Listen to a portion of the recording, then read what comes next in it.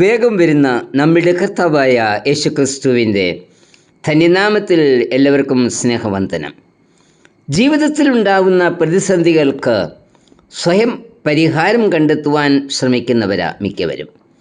ചിലർ പരിഹാരം കണ്ടെത്തും, എന്നാൽ അത് പൂർണ്ണമായ പരിഹാരം ആവില്ല. അനേകർ പരിഹാരം കണ്ടെത്തുവാൻ കഴിയാതെ നിരാശരാകും. ചിലർ പ്രതികൂലങ്ങളും പേറി ആശ്വാസം കണ്ടെത്തുവാൻ സാധിക്കാതെ ഭാരപ്പെട്ട് നടക്കും. ദൈവിക കരുതലിനെ അവിശ്വസിക്കുന്നവരാണ് പ്രശ്നങ്ങളും പേര് നടക്കുന്നത്. കഷ്ടതകളിൽ ഇസ്രായേൽ ചോദിച്ചത്, യഹോവയെ ഉപേക്ഷിച്ചുവോ, കർത്താവിനെ മറന്നു കളഞ്ഞുവോ? യെശയ്യാവ് 49:14. ആസാഫ് ചോദിച്ചത്, ദൈവം കൃപ കാണിപ്പാൻ മറഞ്ഞിരിക്കുന്നുവോ? സങ്കീർത്തനം 77:9. യെശയ്യാ പ്രവാചകനിൽ കൂടി ദൈവം ഒരു മറുചോദ്യം ചോദിക്കുന്നു. ഒരു സ്ത്രീ തൻ്റെ കുഞ്ഞിനെ മറക്കുമോ? താൻ പ്രസവിച്ച മകനോട് കരുണ തോന്നാതിരിക്കുമോ? യെശയ്യാവ് 49:15. ഈ ചോദ്യത്തിൻ്റെ ഉത്തരം കർത്താവ് തന്നെ നൽകുന്നു. അവർ മറന്നു കളഞ്ഞാലും ഞാൻ നിന്നെ മറക്കുകയില്ല. കഷ്ടങ്ങളും നഷ്ടങ്ങളും പ്രതികൂല അനുഭവങ്ങളും നമ്മെ കുലുക്കിയേക്കാം. എങ്കിലും അവകൾക്കൊന്നും നമ്മെ തകർക്കുവാൻ കഴിയില്ല. എന്തുകൊണ്ടെന്നാൽ ദൈവത്തിൻ്റെ ബലമുള്ള കൈക്കീഴിൽ നാം സുരക്ഷിതരാണ്.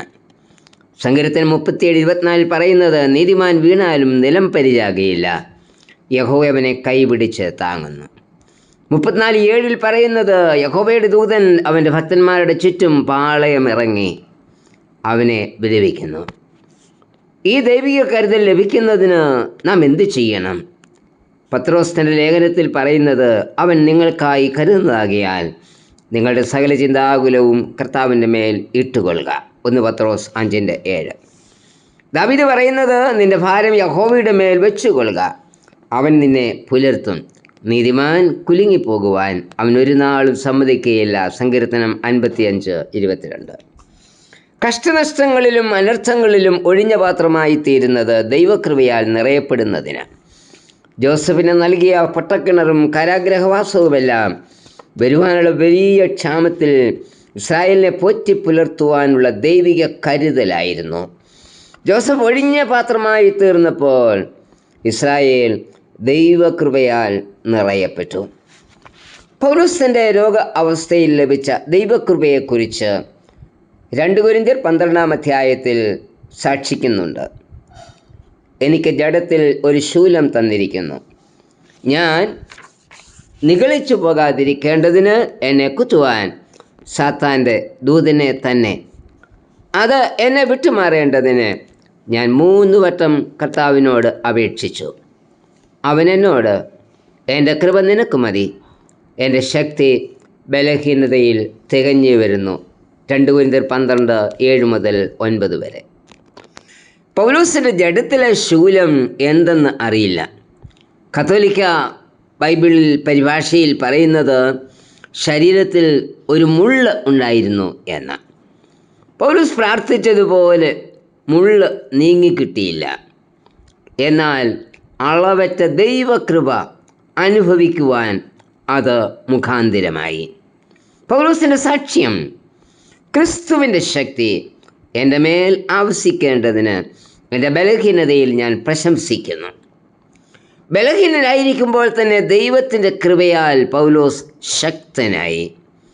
കഷ്ടതകളുണ്ടാകുമ്പോൾ ദൈവിക കരുതലിനെക്കുറിച്ച് സംശയിക്കുന്നവരാണോ നാം? സംശയങ്ങൾ പേര് നടക്കുന്ന വിശ്വാസി ദൈവത്തിൻ്റെ കരുതലിനെയാണ് സംശയിക്കുന്നത്. ആരെല്ലാം മറന്നാലും ഒരിക്കലും മറക്കാത്തവനും മാറാത്തവനും ആണ് നമ്മളുടെ കർത്താവ്. അതുകൊണ്ടാണ് പാട്ടുകാരൻ പാടുന്നത്, മാറാത്തവൻ, വാക്കുമാറാത്തവൻ, കൂടെ ഉണ്ടെന്ന് അരുൾ ചെയ്തവൻ, മാറുകില്ല, വാക്കുമാറുകില്ല, ഒരു നാളും കൈവിടില്ല. നമ്മിലുണ്ടാകുന്ന പ്രതിസന്ധികളിൽ കൂടെയുള്ളവനാണ് നമ്മുടെ കർത്താവ്.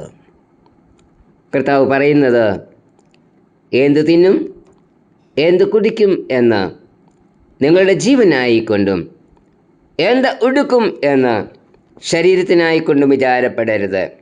സ്വർഗസ്ഥനായ നിങ്ങളുടെ പിതാവ് ഇതൊക്കെയും നിങ്ങൾക്ക് ആവശ്യമെന്ന് അറിയുന്നുവല്ലോ. മത്തായി 6:25 മുതലുള്ള വാക്യങ്ങൾ.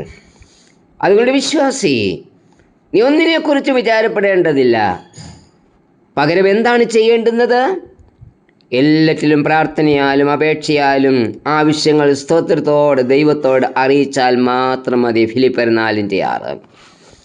കർത്താവ് പറയുന്നു, നിങ്ങളുടെ വാർദ്ധക്യം വരെ ഞാൻ അനന്യൻ തന്നെ. നിങ്ങൾ നരയ്ക്കുവോൾ ഞാൻ നിങ്ങളെ ചുമക്കും. ഞാൻ ചെയ്തിരിക്കുന്നു, ഞാൻ വഹിക്കുകയും ഞാൻ ചുമന്ന് വിടുവിക്കുകയും ചെയ്യും. യെശയ്യാവ് 46:4. എബ്രായ ലേഖനത്തിൽ പറയുന്നത്, അവൻ ഇന്നലെയും ഇന്നും എന്നേക്കും അനന്യൻ തന്നെ. 13:8. അവൻ്റെ ദയ എന്നേക്കുമുള്ളത്. സങ്കീർത്തനം 136:1. ഈ വാഗ്ദത്തങ്ങൾ നമുക്കുള്ളതിനാൽ പിന്നെ എന്തിനു ഭാരപ്പെടണം? കർത്താവേ, കഷ്ടങ്ങളിലും നഷ്ടങ്ങളിലും വേദനകളിലും എല്ലാം എന്നോടുകൂടെ നീ ഉള്ളതിനാൽ നന്ദി, സ്തോത്രം. ആമേൻ.